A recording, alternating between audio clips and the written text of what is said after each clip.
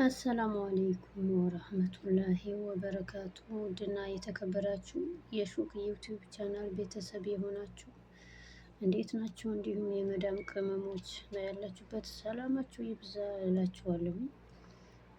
ዛሬ ርዕስ የሚሆነው አይናማው አይነ ስውር ይላል ማለት ነው። በጣም አስተማሪ ታሪክ ነው እና እላችኋለሁ ዛሬ እሱንም አቀርብላችሁ እስከ መጨረሻ ተከታተሉኝ ማለት ነው። ሁለት ሰዎች በአንድ ሆስፒታል ክፍል ውስጥ አልጋ ይዘው ተኝተዋል። ሁለቱም በጠና ታመው በአምላክ እጅ ተይዘዋል። አንደኛው ሳምባው የቋጠረውን ውሃ ለማድረግ ሲባል ለሰዓታት ያህል አልጋው ላይ ቁጭ እንዲል ይደረጋል። ከመስኮት አጠገብ ነው። ሌላኛው ህመምተኛ ደግሞ በተቃራኒ ለሰዓታት በጀርባው እንዲተኛ ይደረጋል። እነኚህ ህሙማን በቆይታቸው ብዙ ተጨዋውተዋል። ስለ ቤተሰቦቻቸው፣ ስለ ኑሯቸው፣ በወታደር ቤት ስለሰጡት አገልግሎት፣ የእረፍት ጊዜያቸውን የት እንደሚያሳልፉ ወዘተ አውርተዋል።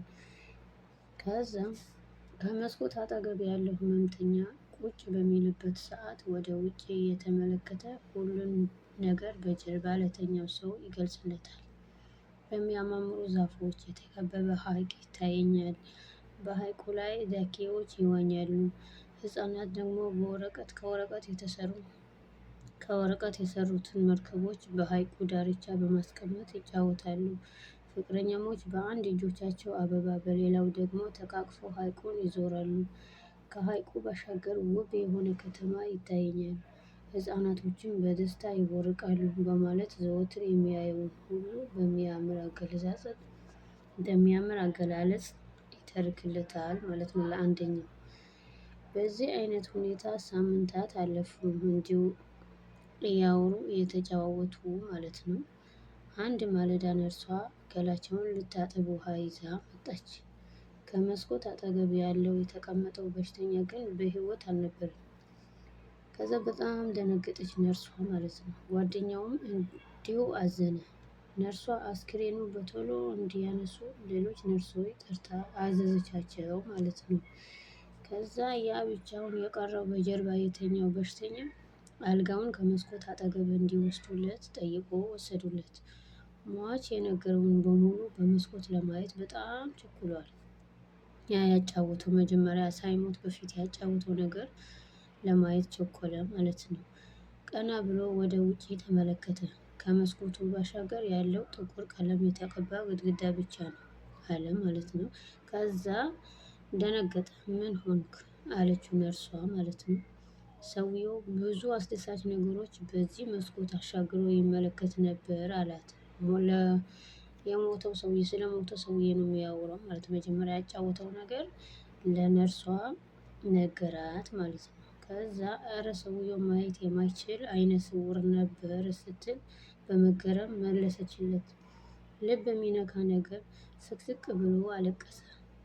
ከዛ ለካስ እሱን ለማስደሰት የመኖር ተስፋ ለመስጠት ነበር ያን ሁሉ ነገር ፈጥሮ የሚያወራው። አንዱን ለማጠንከር ወይም ለማበርታት የኛ ጥንካሬና ብርታት አስፈላጊ ነው። ለሰዎች ደግ ነገር በማድረግ የተጨነቀ አእምሯቸው እረፍት እንስጠው ይላል። በጣም በጣም የሚገርም ታሪክ ነው።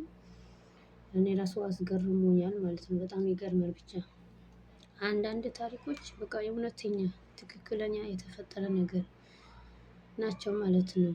እና እንደዛ ነው እላችኋለሁኝ። በጣም ይገርማል። ተጨማሪ ደግሞ ልጨምርላችሁ ሌላም ታሪክ ማለት ነው። እስከዛሬ ከአስተማሪ ሁሉ በለጠብኝ ይላል አንድ ዩኒቨርሲቲ ተማሪ የሆነው ወጣት። አንድ ወጣት ዩኒቨርሲቲ ተማሪ ከፕሮፌሰር አስተማሪው ጋር መናፈሻው ላይ ቁጭ ብለው ያወራሉ። አስተማሪው ከተማሪዎቹ ሁሉ ይህን ተማሪ በጣም ስለሚወደው እንደ ጓደኛው አድርጎ ነው የሚያየው። ፊት ለፊታቸው ጫማውን አውልቆ እና ሰላም ሰላም እንዴት ናችሁ? ደህና ናችሁ? አንድ በጣም የሚገርም አስገራሚ ታሪክ ነው የምነግራችሁ ዛሬ። እስከዛሬ ካስተማሩኝ ሁሉ በለጠብኝ ይላል አንድ ወጣት። አንድ ወጣት ዩኒቨርሲቲ ተማሪ ከፕሮፌሰር አስተማሪው ጋር መናፈሻ ላይ ቁጭ ብለው ያወራሉ። አስተማሪው ከተማሪዎች ሁሉ ይህን ተማሪ በጣም ስለሚወደው እንደ ጓደኛው አድርጎ ነው የሚያየው። ፊት ለፊታቸው ጫማውን አውልቆ የመናፈሻውን ጽዶችና ሳሮችን የሚያስተካክል ሰራተኛ አለ። ተማሪው የጽዳት ሰራተኛውን እያየ ለአስተማሪው ቲቸር ዛሬ አንተም እኔም ደብሮናል። ለምን ያኛውን ሰውዬ ትሪክ አንሰራውም? ያወለቀውን ጫማ ደበቅ እናድርግበት። ጫማዎቹ ሲያጣቸው እንዴት እንደሚበረግግ እኛ እዛ ጋር ደበቅ ብለን እንመልከተው ይለዋል። አስተማሪው ምን ይላል? ወጣት ጓዴ ምንም እንኳን ቢደብረን ድሃዎችን እያሰቃየን እኛ መደሰት የለብንም። ባይሆን እኛ ገንዘብ አለን። በገንዘባችን የበለጠ ደስታን ማግኘት እንችላለን።